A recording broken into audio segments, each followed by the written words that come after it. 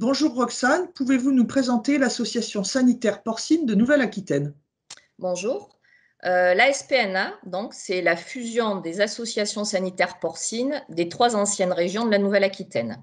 Elle couvre 12 départements et elle héberge environ 2600 élevages de porcs et de sangliers. Alors, une particularité sur la région, c'est que nous avons beaucoup de petits élevages. Seulement un peu plus de la moitié des sites d'élevage sont professionnels. L'ASPNA regroupe tous les acteurs de la filière porcine régionale, de l'amont à l'aval. Elle a pour objectif la protection et l'amélioration du statut sanitaire des élevages de porcs dans la région et pour cela, elle met en place des actions collectives. Les éleveurs de porcs et de sangliers adhèrent volontairement à la SPNA. En quoi consiste le plan collectif volontaire régional de lutte contre le SDRP? Alors, ce plan professionnel a été mis en place en 93 en Aquitaine et en Poitou-Charentes. En effet, en 91, lorsque la maladie est apparue en France, on entendait dire le SDRP, on peut vivre avec. Mais les professionnels de la filière ne le voyaient pas du tout ainsi et ils ont mis en place ce plan de lutte volontaire. En Limousin, le programme a démarré un peu plus tard, à partir de 2009. Alors, ce plan SDRP consiste d'une part en une surveillance sérologique annuelle des élevages de porcs et de sangliers, réalisée par les vétérinaires en élevage et parfois à l'abattoir. En sélection-multiplication, c'est le plan EQS qui est appliqué. Par ailleurs, les foyers, eux, sont assainis par dépeuplement progressif en abattant les reproducteurs au sevrage bande à bande et les porcs charcutiers, normalement, à leur fin d'engraissement.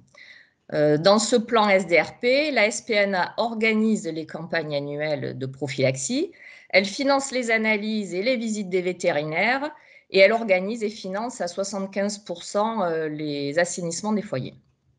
Donc, en matière de résultats, en 2020, 970 élevages ont été contrôlés, ce qui représente 92% des effectifs de truies de la région et 78% des places des élevages d'engraissement. Alors, cependant, notre taux d'élevage contrôlé, lui, est moins bon, avec 72% des élevages naisseurs et naisseurs-engraisseurs contrôlés et 33% des engraisseurs.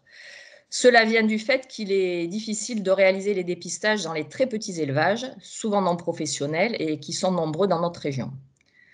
Alors, depuis la mise en place du plan SDRP, 80 élevages ont été assainis sur la région pour un coût d'assainissement pour l'association de environ 1,7 million d'euros. En 2020, il reste 6 élevages positifs, soit une prévalence du SDRP de 0,6% sur la région. Alors, ces foyers persistent parce que les mesures de gestion par abattage n'ont pas été acceptées par les éleveurs concernés et il s'agit souvent d'éleveurs non adhérents à l'association. Quels sont les enjeux d'un tel plan de lutte contre le SDRP? Alors, d'abord, il y a un réel enjeu économique à l'échelle de l'élevage. Le SDRP peut entraîner une baisse des performances, une augmentation des dépenses de santé avec notamment l'augmentation de l'utilisation des antibiotiques et de la vaccination, et donc une augmentation du coût de production. Le SDRP est une des maladies les plus coûteuses en élevage de porcs, avec des coûts qui peuvent aller de 200 à 400 euros par truie et par an. Ensuite, être indemne de SDRP, c'est aussi un atout au niveau des échanges et de l'export, notamment pour les reproducteurs. Et la lutte contre le SDRP constitue aussi un enjeu de santé publique, car l'absence de SDRP contribue à limiter l'utilisation des antibiotiques en élevage et donc le développement de l'antibiorésistance. Qu'en est-il de la surveillance du SDRP au niveau national? Alors, au niveau national, plusieurs régions ont aussi des plans de surveillance, voire de maîtrise du SDRP.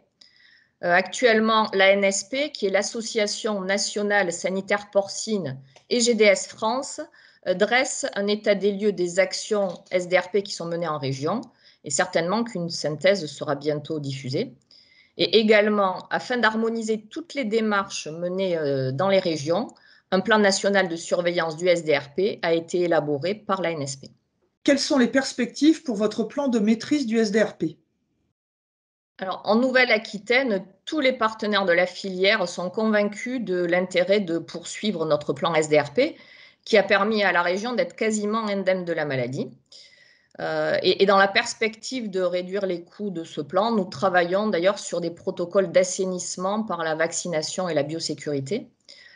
Toutefois, pour l'avenir, nous avons des inquiétudes La première concerne la pérennisation du financement de cette action et la deuxième concerne la nouvelle réglementation européenne, puisqu'avec la loi santé animale, le SDRP devient réglementé, il est soumis à surveillance et à déclaration. Et il ne faudrait pas que l'application de la LSA, avec en plus d'éventuelles distorsions entre pays, ne compromette l'export pays tiers de la France, ni la poursuite de notre programme régional de lutte.